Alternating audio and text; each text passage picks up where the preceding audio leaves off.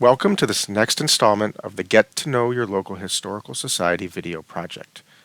Today, we're going to explore the wonderful collections of the Lambertville Historical Society.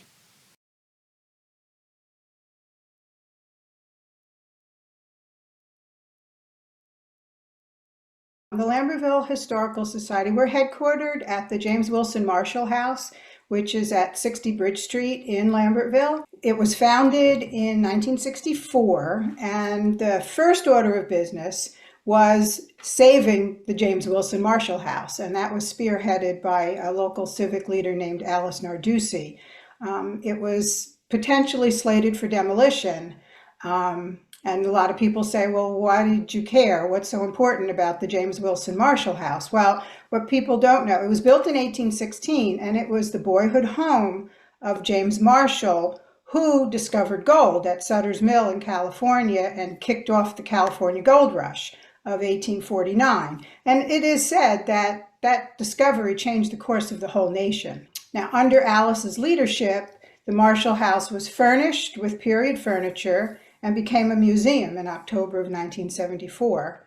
We're still headquartered there. We sponsor events, activities, promote community awareness, appreciation of Lambertville's history and architecture. Some examples are our annual Autumn House Tour, which is a major community event and our most significant fundraiser. Last year we celebrated our 40th annual house tour. And it's just a real treat for everyone who attends. An example of a program, we had a program on the history of transportation in Lambertville, and that the slides were captured, and that whole presentation is actually available to view under the history menu on our website. During the pandemic, we did a Lambertville Then and Now self-guided walking tour of 20 sites in town, so that people could walk around safely, see a vintage photo of a building in front of the building as it is today. There was a QR code and they could get more information. And we decided people liked that so much, we actually made it a virtual tour, and so you can actually see that from the website also. We host walking tours. First Sunday of the month when the museum is open, which is May through October, the end of April through the end of October. We, of course, maintain and manage the Marshall House Museum, and we collect and preserve items of historical interest pertaining to Lambertville, and we make them accessible to the public.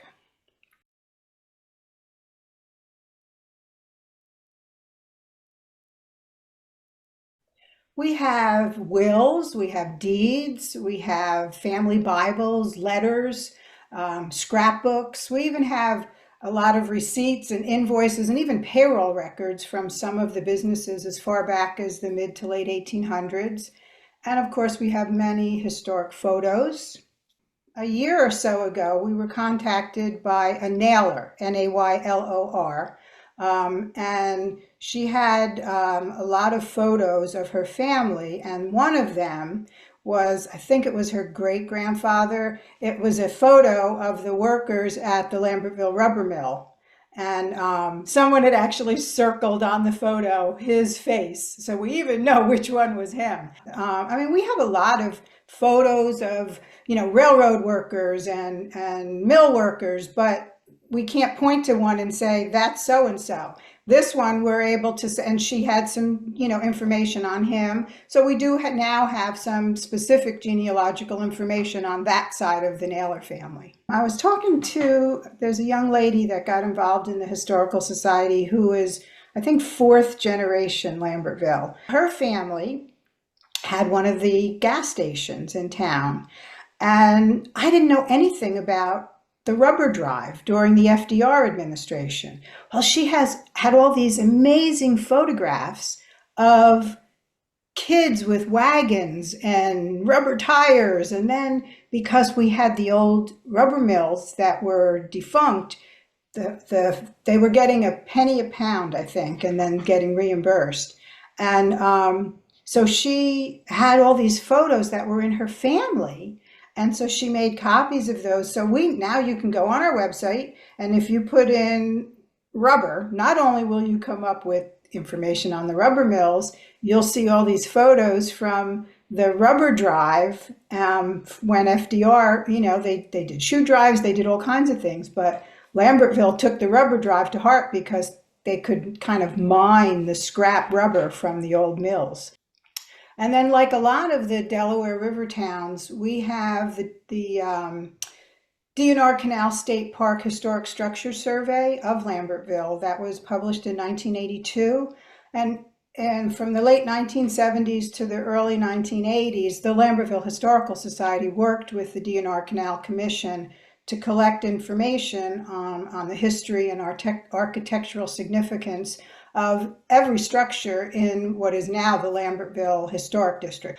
And a lot of, when somebody buys a home in Lambertville, they know it's an historic building for the most part, because most of the buildings in Lambertville, or a lot of the buildings, there is some new construction now, but a lot of the buildings were built before 1900. So they'll contact us and ask us if we have any information, and we're at least able to provide the pages from that survey that are relevant to them.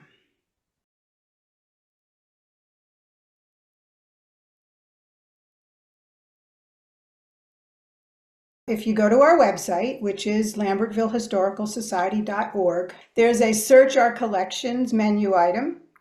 It's keyword searchable. So if you're looking for your family, see if we have anything on your family, you would type in that name, and you would find anything that's in our online collection that might, be an object or a letter or any kind of a document or even photos. So you'd be able to see if we have anything. We have scanned a lot of things, so if there's a photo, it might come right up on the website.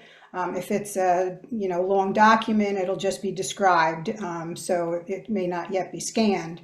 But then, you would be able to make arrangements to come see it.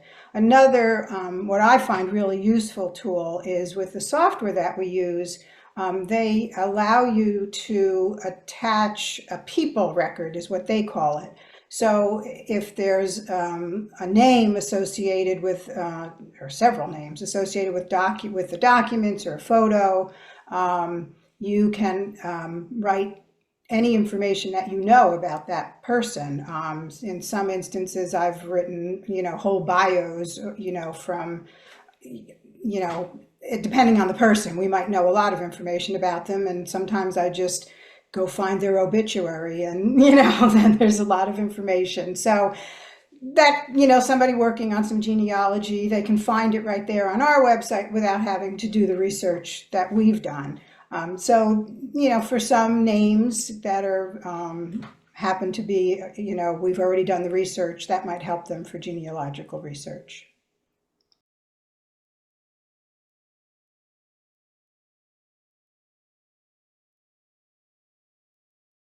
We would recommend that they start out on the website, and if they need more information, they would reach out to us. If they find something and they want to see or they want a copy of the image, if it's something we can provide, we will. If they want to see a letter that we haven't scanned, but we've described it, they would send us an email, which is info@lambertvillehistoricalsociety.org, or leave a phone mail message, which is 609-397-0770. And one of our board members or one of our archive committee members will reply, may be able to answer it just via email. For example, recently, we got an email from an author who was working on a book about the Belvidere Delaware Railroad, and he saw some photos in our collection, and he wanted to be able to use them in his book. We were able to handle all of that via email. A lot of people, because the photos on the online are low res and say property of Lambertville Historical Society or property of museum, depending upon when they were put in. Somebody might contact us and ask for permission to use an image, and if we can send them a higher resolution image. Someone wants to come in, they would have to make an arrangement, make an appointment. We are at this point all volunteer. So coming into the museum is done by appointment only for research purposes.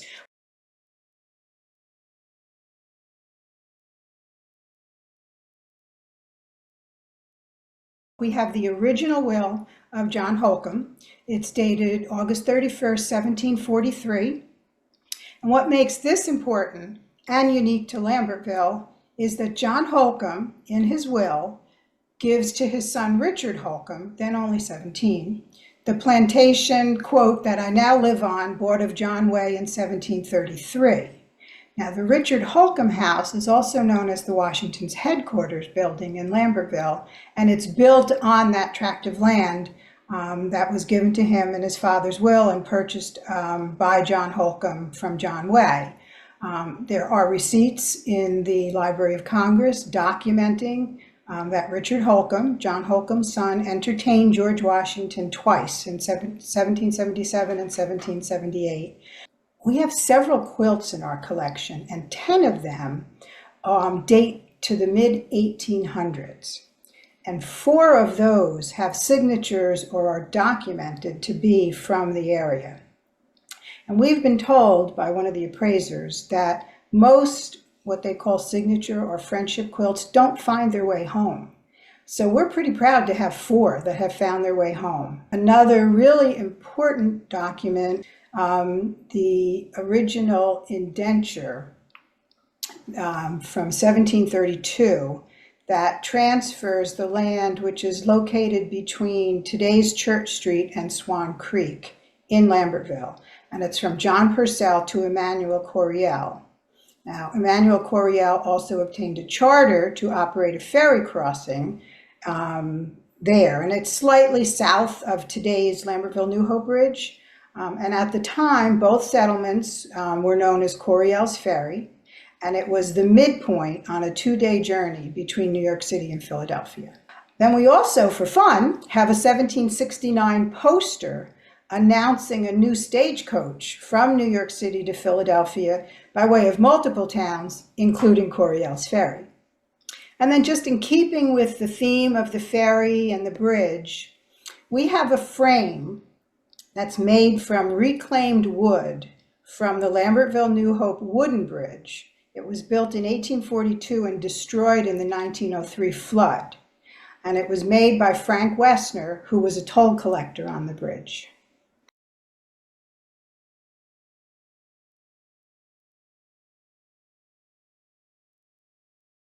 The best way is via email, which is info@lambertvillehistoricalsociety.org. But one of our board members does listen to all of the phone messages, so that someone can leave a phone message at 609-397-0770.